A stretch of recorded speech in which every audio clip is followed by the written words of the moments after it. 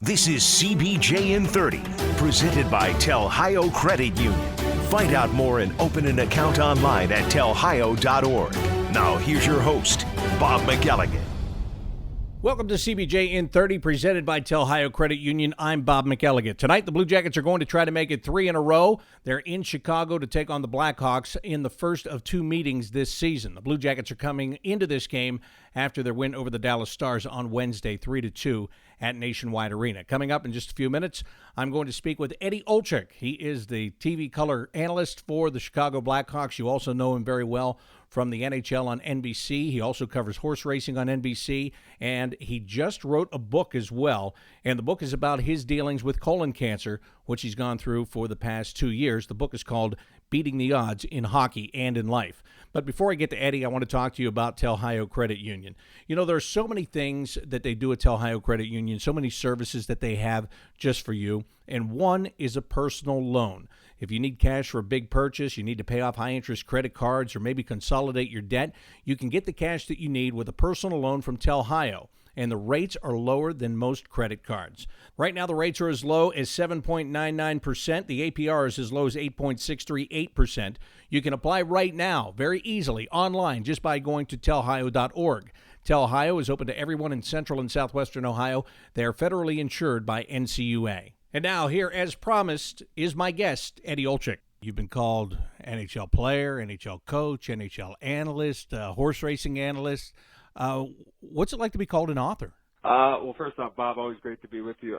First off, I know that there are probably teachers that I had in school, in particular English teachers, whether they're with us or not. The ones that are not are probably rolling over, and the other ones are probably rolling their eyes, wondering how in the hell is this Olczyk kid putting a book together, let alone a sentence or two. But look, I'm really proud about the venture. It's about, kind of my life and the things I've been able to overcome. Life is not easy for any of us. We all have a story, but most importantly, my stage 3 colon cancer battle over the course of the last couple of years. If I can inspire one person, Bob, to either stay away from it, help them get through the day if they're in the middle of the battle, or help them to fight a little bit more, then it was well worth the 16 months of putting everything together, pen to paper, and writing the book. And I guarantee that anybody that gets an opportunity to read it, you'll do 3 things. I think you'll laugh because there's a lot of hockey stories in there, and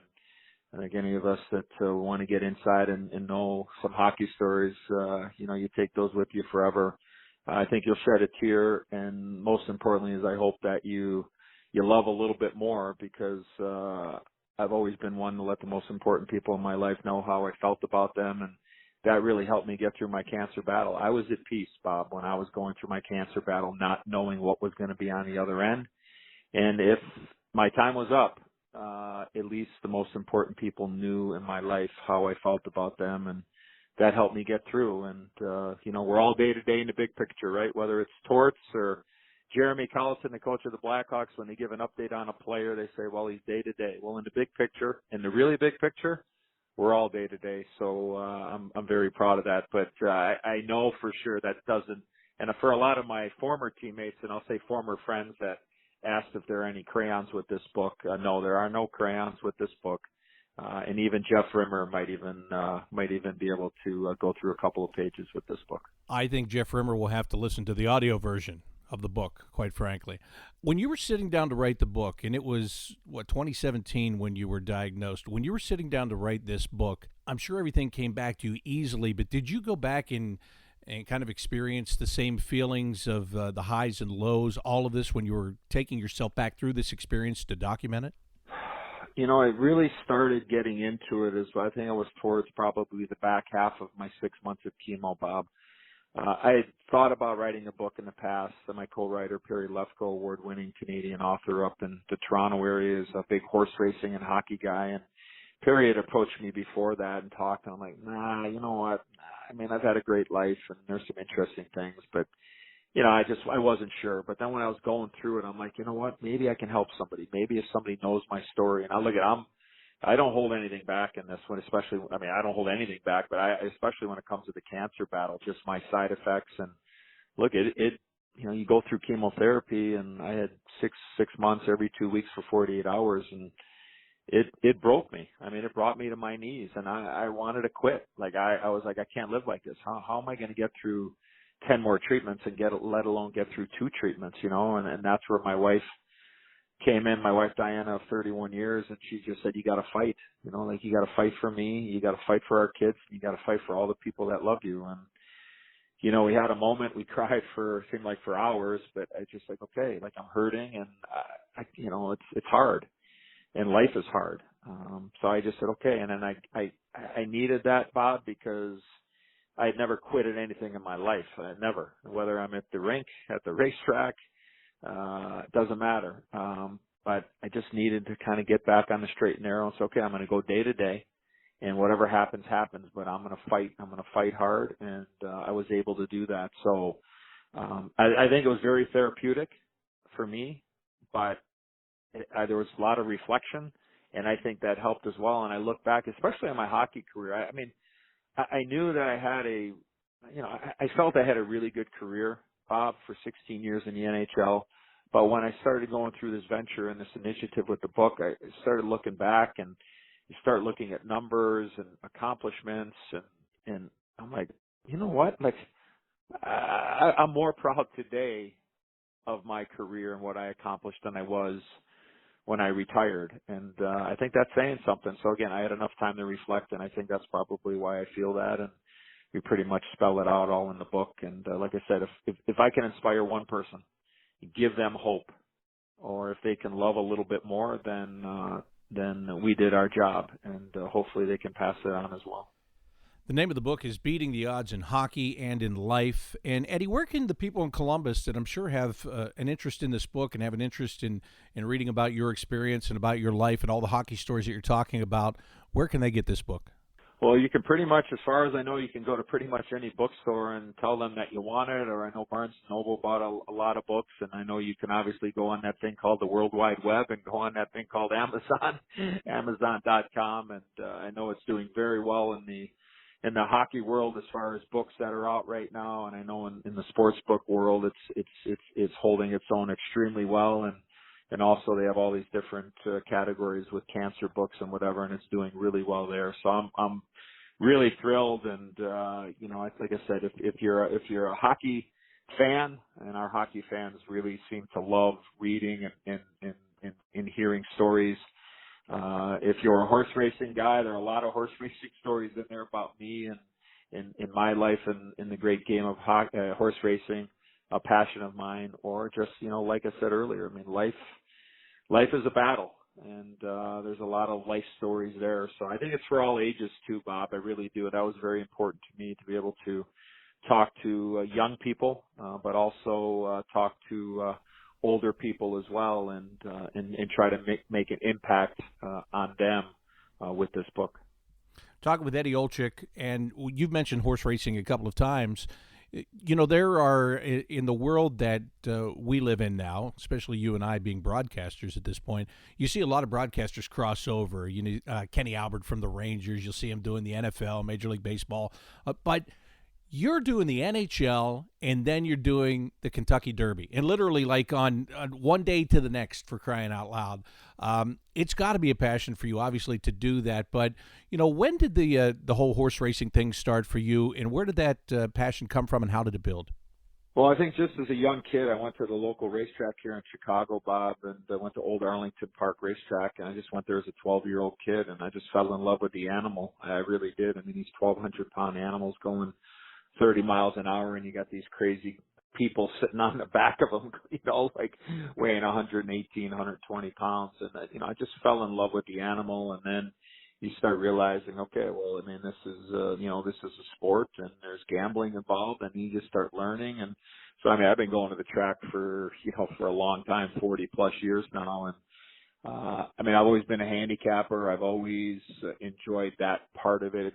It's been a release for me my whole hockey career, Bob. I mean, I chose to live my life a certain way. I mean, I never drank, I never smoked, but my release was playing the ponies or going to the track. And for me, get away from hockey, that's what I would do. And there's just that challenge of trying to, you know, to pick up the daily racing form, the so-called Bible of horse racing, and try to decipher, you know, how a horse is going to run and who's going to win it. it's just kind of carried over. And I was lucky enough to get the opportunity to join the NBC horse racing team's family a couple of years ago. And my first Triple Crown, my first working week with NBC horse racing team. American Pharoah wins the Kentucky Derby, and then he goes on and wins the Preakness and the Belmont. So my first Triple Crown on NBC, I see a Triple Crown winner, and we haven't had one in forever. So I've seen 2 in 5 years, which is pretty incredible. So I enjoy it. The people I work with are incredible. Hopefully I make a little bit of money for the people that are tuning in for my picks. And, so every once in a while I'll get that, when you're traveling through the airport, I know you, I know you're that guy. And I go, yeah, you seen me on TV, right? He goes, yeah. And I go, are you a hockey fan? Nah, I hate hockey. Okay. Horse racing. Yeah. You're the horse racing guy. So sometimes when I'm out there, even after the career that I've had, whether broadcasting or hockey, I'm known as the horse racing guy in a couple of airports across our great country. So, which is okay. I love it, and it'll always be a part of my life. And I'm very blessed to be able to do what I love to do.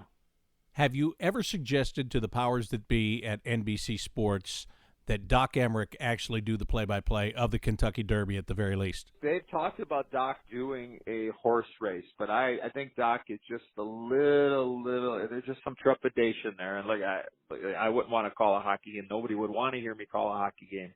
But you know what? I continue every once in a while. It's funny you say that, Bob. Every once in a while, I'll drop that little hint there on Doc and say, we got to get you to the track and get you to call. And, and he gives me the wave of the hand, just like, nah, that's not happening. And I'm like, well, maybe we can do something for charity. And I think that's always the way to go, just guilt Doc Emmerich into doing it for charity.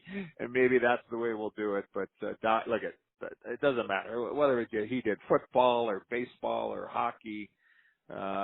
Doc, water polo, Doc, and I have no idea he would hit it out of the park. But our voice of the Triple Crown on NBC, Larry Colmus, is pretty salty. He does a hell of a job, and that would be pretty neat. I would definitely be there for that one if Doc ever called a horse race.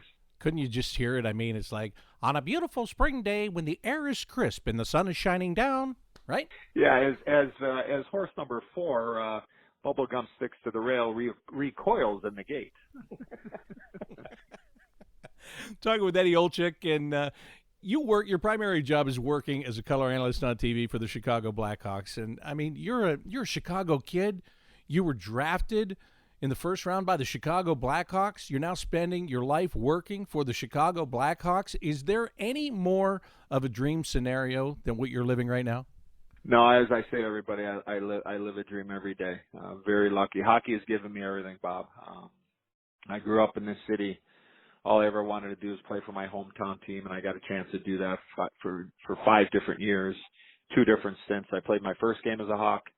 I played my 1,000th game as a Blackhawk, and I played my last game as a Blackhawk. And Rocky Wirtz, the chairman of the Chicago Blackhawks, taking over the team from his late father, Mr. Wirtz, Mr. Bill Wirtz, John McDonough, team president, CEO, and Jay Blunt, the head of business, they treat me too good.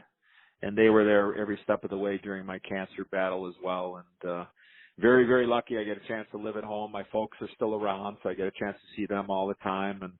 And even with my travels and the national games on NBC, this has always been home. And very lucky. And, we've had a pretty darn good run here in Chicago over the course of the last, 10 years or so, where they've won 3 Stanley Cups and some incredible players that are still playing for them, but players that have come and gone, and very, very lucky. So, it's a great gig, as you know, to talk about the great game of hockey. And like I said, it's given me everything, and I'd like to think that I've given it all back, whether it's been playing, being an ambassador, or being a broadcaster now, whether it's locally or nationally. Tell me about being a hockey dad, because, you're a hockey dad where your kids, they didn't just play peewees and mites and squirts.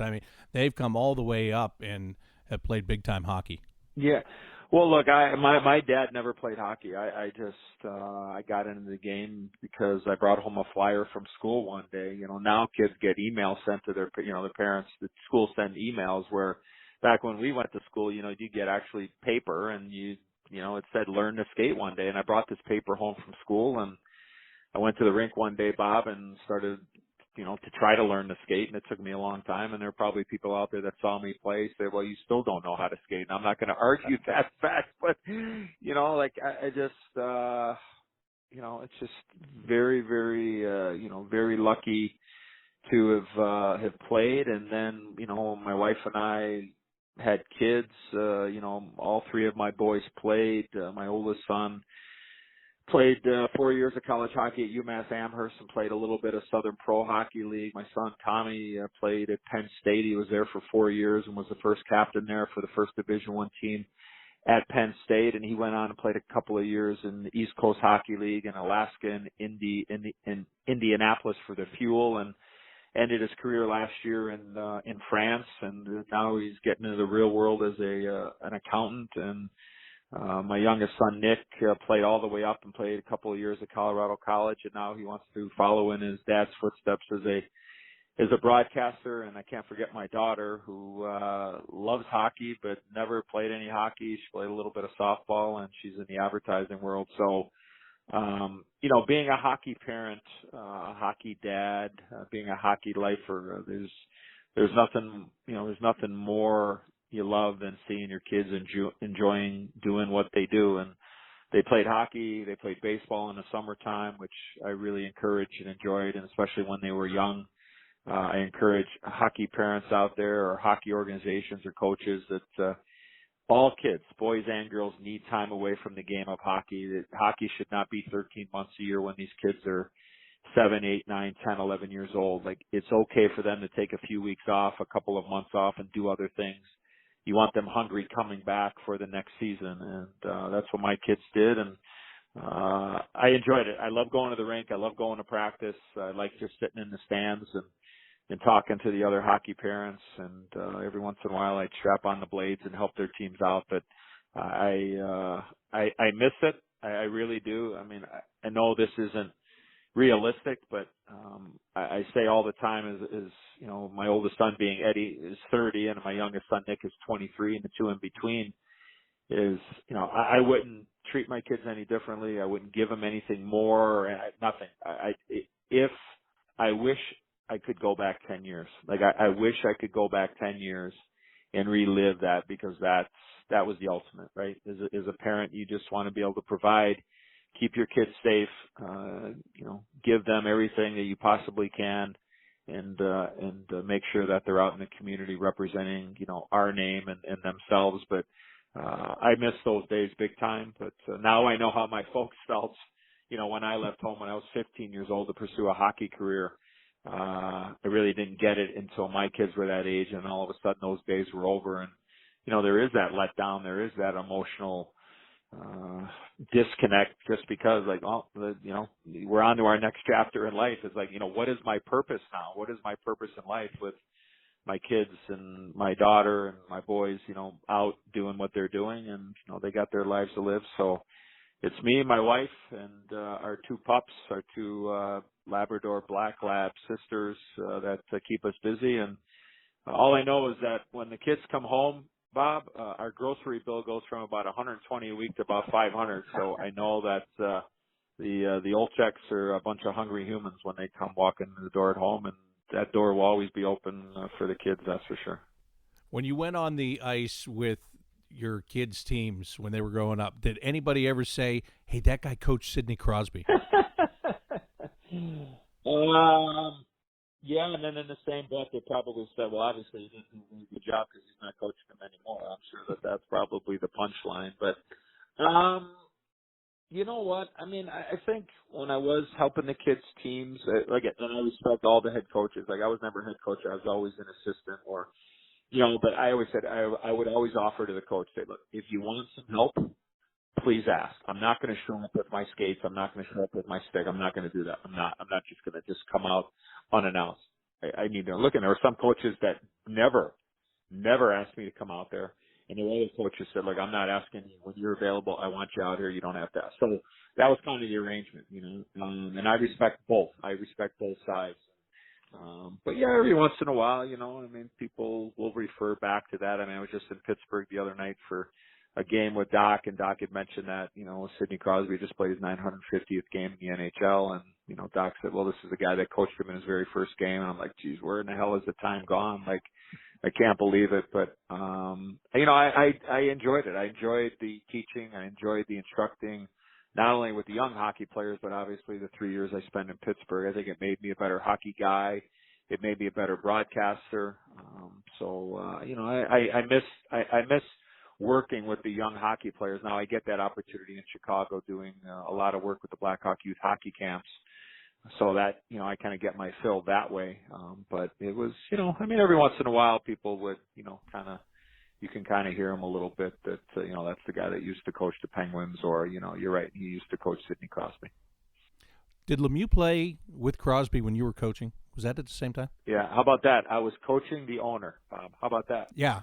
How many guys can say that? Zero. Not many.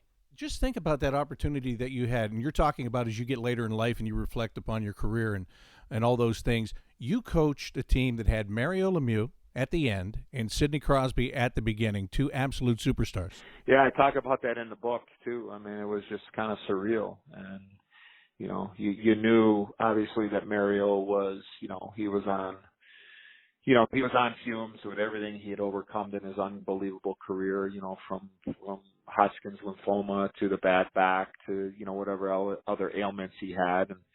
And then here comes Sid, right? Like the heir apparent, the guy that was going to help turn the whole Penguins situation around at that particular time, because we didn't know if the team was, staying or going or what have you. And Mario saved the team a couple of times, but here he really saved it as the owner. And you get, think about the drafts that we had back 03, 04, 05. If I'm not mistaken, I think it was those years. We drafted Marc-Andre Fleury. We drafted Evgeny Malkin, and then we got Sid. That turned the franchise completely around. And sometimes you have to hit rock bottom. Like, that's just the reality. Sometimes you do, and you don't figure it out. Sometimes, you get number one overall picks and you stay where you are. But Craig Patrick deserves a lot of credit for helping build what happened. And then Ray Shero came in and took over, and, the rest is history. And, and Jimmy Rutherford there is now. So there are a lot of things that happen, but, to be able to say that, hey, and look, I played with Mario. We got drafted in the same year back in 1984. I got a chance to obviously play against him. I played with him when I played in Pittsburgh in the late 90s, and then the opportunity to, I don't say coach, I just pretty much say kind of guide or, kind of like a conductor there in the orchestra there, just like sit there, how you feeling there, big boy? You ready to go? And then, okay, it's either thumbs up or thumbs down. But it was, quite an honor and quite a thrill to be able to have stood behind that bench when you had, really the passing of the torch, in Pittsburgh back in, the 05-06 season. And Eddie, with all of this, I haven't even mentioned you're a Stanley Cup champion with the New York Rangers in 1994 when they broke a long skid and finally were able to bring it home. Yeah, 54 years, 1940. Yeah. And that experience, looking back, I know it's been a long time now, but it never goes away. No, 25 years. We just had a reunion back in February, and the Rangers did an incredible job. Our buddy JD, now running the New York Rangers, John Davidson, him and Sam Rosen were our broadcast team back in '94, and they were the masters of ceremony there when they brought everybody back, and it was great. Like, it was just, it's just a lot of memories. I played 10 years in the NHL, and you always think you know what it takes to win, but till you actually attain it, you have no idea what it takes to win the greatest trophy in all of sports. And you need a little luck. You need some guidance. You need really good players. And we had all of that in '94, and it was. I was a very small part of the team. I didn't play a lot. I was banged up in the course of the regular season, and I was a role player. I was a black ace. That was my job, and it wasn't easy. I wanted to play, but when you're on the team, Everybody has a role, and you got to do two things: you got to accept and you got to execute. And I was able to do that and be a small part of it, and something that I'm super proud of. And it's the highlight of my career when it comes to the team aspect of it, of being on a team and ending the drought in New York, and ending the curse, so to speak, and 54-year wait. And every time I still go back to New York, Bob, I mean, there isn't a trip that I go in there where I don't have 5 or 10 people, whether it's in the streets or at the Garden, just come up and just say, hey, thanks. My dad has since passed, and thank you, because he was able to, see his favorite team win a Stanley Cup, or, hey, I was 7 years old when you guys won, or, I mean, it just, like, that to me is what's so great. Like, that part of it, is when people come up to you, and like I said, I had a very small role, but to have my name on the cup and to be a part of that team that brought such joy to the city of New York and the Ranger organization is something that I'll never forget. Blue Jackets are here in Chicago taking on the Blackhawks tonight. Eddie Olczyk is with me. The last question I'm going to ask you is, what are we going to see when the Blue Jackets and the Blackhawks hit the ice tonight? I know Chicago's, 1-2-1 coming into this game. What am I going to see from the Blackhawks? Well, they gained some confidence by beating Edmonton the other night. They've really made a concerted effort to be better defensively. Last year they were not very good, and that's just not the goaltending. A lot of people want to blame the goaltending, but it's much more than that. They made a lot of changes this summer, and obviously it started last year when they fired Joe Quenneville, and now Jeremy Collison gets the opportunity with a full training camp. They made a lot of changes, added some veteran guys on the back end, Oli Mata, Calvin DeHaan, a couple of guys that Jacket fans would know from their days out in the Eastern Conference, in particular Mata playing for the Pittsburgh Penguins and being a Stanley Cup champion.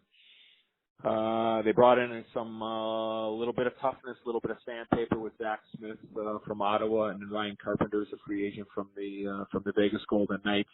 So they've made a lot of changes, Bob. They really have, and they've really tried to be better defensively. The first couple of games, not so much. A little better against Edmonton. So I think maybe stylistically, maybe it's just a team that maybe is a little bit more station to station, and then once they get the puck, look out, because you got, of course, obviously one of the best players in the National Hockey League in Patrick Kane. You got one of the best goal scorers in Alex DeBrincat that is able to do some damage, 40-goal scorer last year. So, it'll be interesting to see if Ron Henner gets an opportunity. One of those changes by Stan Bowman, the general manager, that was brought in as a free agent from the Islanders. Be interesting to see if he is in goal. Corey Crawford played against Edmonton. So the Hawks' schedule's kind of been a little crazy because they started the year over in Prague against the Flyers and haven't played a lot of games. But it'll be interesting to see if he plays. So, look, I mean, I'm sure for John Tortorella and for Torts, if I could, Bob, I had a lot of people reach out when I was ill and sick a couple of years ago.